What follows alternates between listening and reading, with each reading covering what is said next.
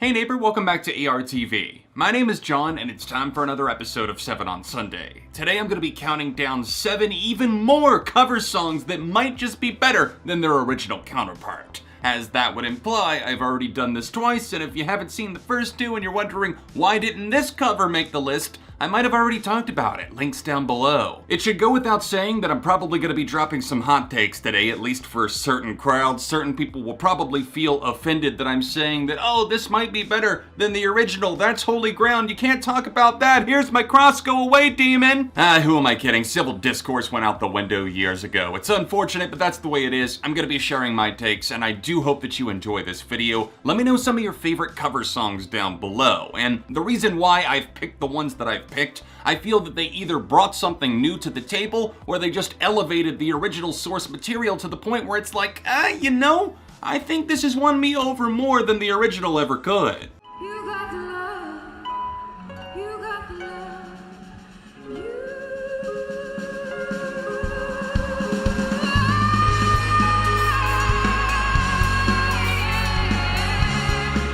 Originally known as You Got the Love by The Source featuring Candy Staton upon its release in the 80s, I pinned the retitled You've Got the Love cover by Florence and the Machine at number 7. The original song isn't bad, it's just wildly cheesy, aging like a cheese left out in the sunlight, I guess you could say. I don't mind it, but it's hard to compete when a voice like Florence Welch takes your track and lifts it to the sky above with their gentle restraint in the first half and the towering vocal show in the final stages. Now that's not to slam the original singer from the 80s, I just feel like it's a bit limited in what it has to offer, but when the band come through with their updated indie pop take on the charming tune, it feels like the song in its most fully realized form. You can almost feel a heavenly breeze float through your body when you hear Florence bring the words to life, words that might not sound all that powerful on paper, but when paired with her voice, it's an undeniable chemical bond.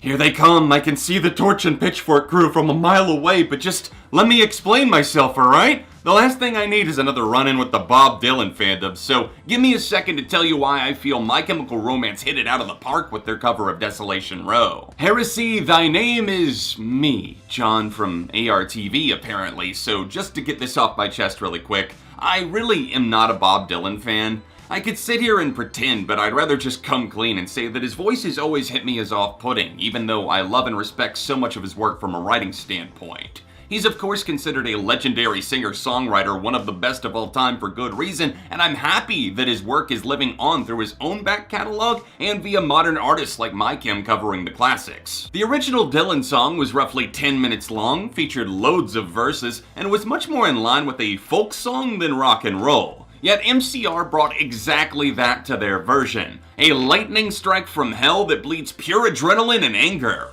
This isn't an easy song to stomach lyrically. It's a protest about racial inequality that was just as prominent in the 60s as it sadly is today. I'd be lying if I said their cover wasn't a blast of fun to rock the hell out to, though. Protest music doesn't just have to be something where we sit down and just nod our heads in agreement. I mean, look at Rage Against the Machine. Their take on Desolation Row makes you want to take to the streets and get shit done. Whether it's the raucous guitar solo that feels a bit like wielding a flamethrower, the booming backing vocals, or the pounding drum rhythms that soar alongside the perfectly manic showmanship from Gerard Way, this cover is a beast that cannot be tamed. I want her long blonde hair.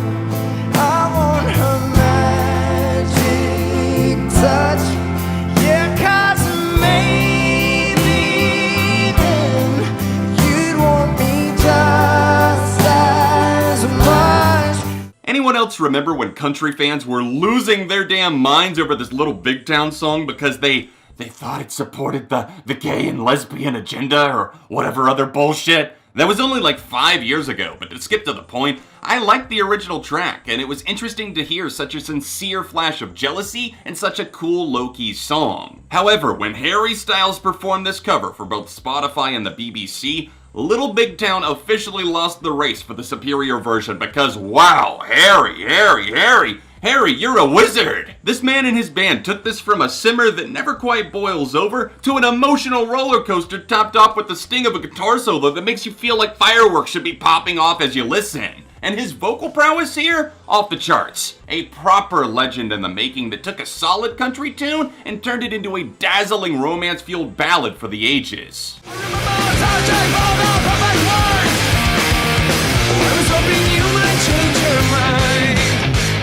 Berlin's new wave single The Metro was originally released in 1983 and is probably one of my favorites to come from that early 80s scene. But when you've got a metal band System of a Down transforming your song to the point where you wouldn't even know that it's a cover unless you did your research, that's almost not even fair! Between 1996 and 2006, System recorded at least 3 versions of this cover, with a few of them appearing on movie soundtracks for films that are, less than stellar, but whatever, they had System on the track, so that's brownie points in my eyes. It found another official home on the B-side to the Lonely Days single, and was a track I didn't even know about until at least like 2015. Even upon discovery, I still wasn't aware it was a cover, just that it was a re-recorded version of an older song, but I was blown back even harder when I found out that their lion-like roar was originally something else entirely. Serj Tankian gives us one of his finest performances, with the moody subdued verses, with a jagged guitar hanging around ready to attack, with that persistent yelled chorus foaming at the mouth with energy that should give anyone willing to listen a solid headbang. She tied you to her kitchen chair,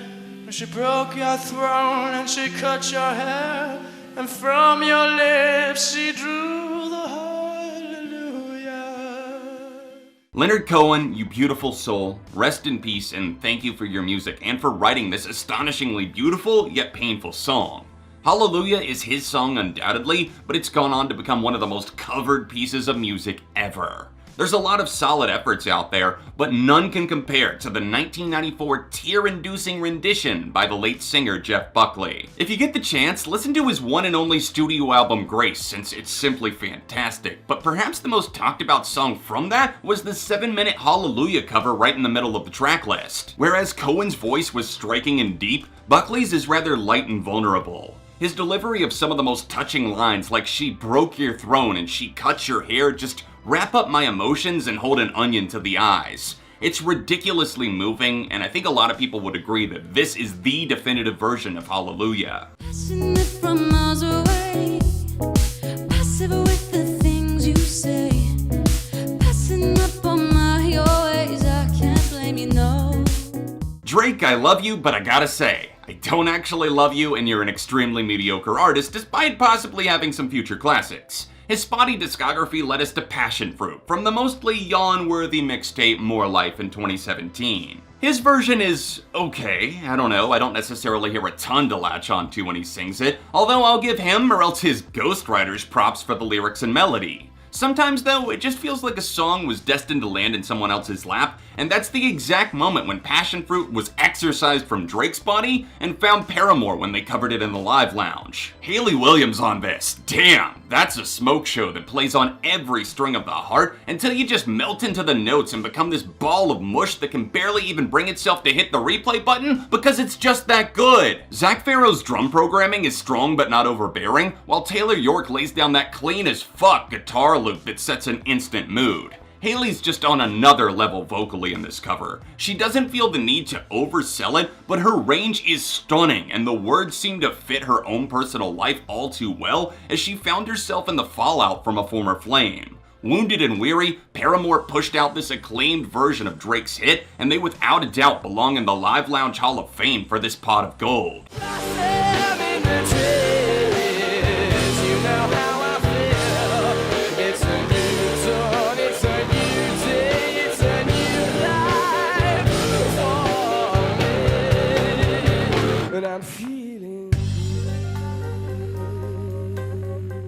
To finish off this list of covers that might just beat the original song, we have a bit of an oddball in Feeling Good, given that it was originally written by 2 English composers in the 1960s for the musical The Roar of the Grease Paint, The Smell of the Crow. It was famously covered by R&B legend Nina Simone a few years later, and while her version is applause-worthy, my hat continues to go off to the rockers MUSE, who included their version on their sophomore album Origin of Symmetry. Matt Bellamy is easily one of my favorite vocalists, but here he electrifies not only with the roaring high-octane moments of of grandeur, but in the twinkling atmospheric lows that build suspense too. Ranging from sly and sinister to confident and stunning all within one song is a hard feat to pull off, yet with the help of his bandmates, they take this composition and turn it on its head. This is early career Muse after all, so you know they ripped out the gargantuan guitars, fiery bass, and of course, how could I not mention it, Dom's drum showdown that really helps take you out of your own head to not see this as someone else's, but instead as a massive property of Muse sticker printed right over everything. I don't want you to think that I don't care about the other covers, because just like with Hallelujah, there's a lot of good ones out there, including those by Nina Simone and Michael Bublé, but there's something so moody and massive about the way that Muse cradled the track in the palm of their hand that makes it feel invincible. Now for the moment of truth.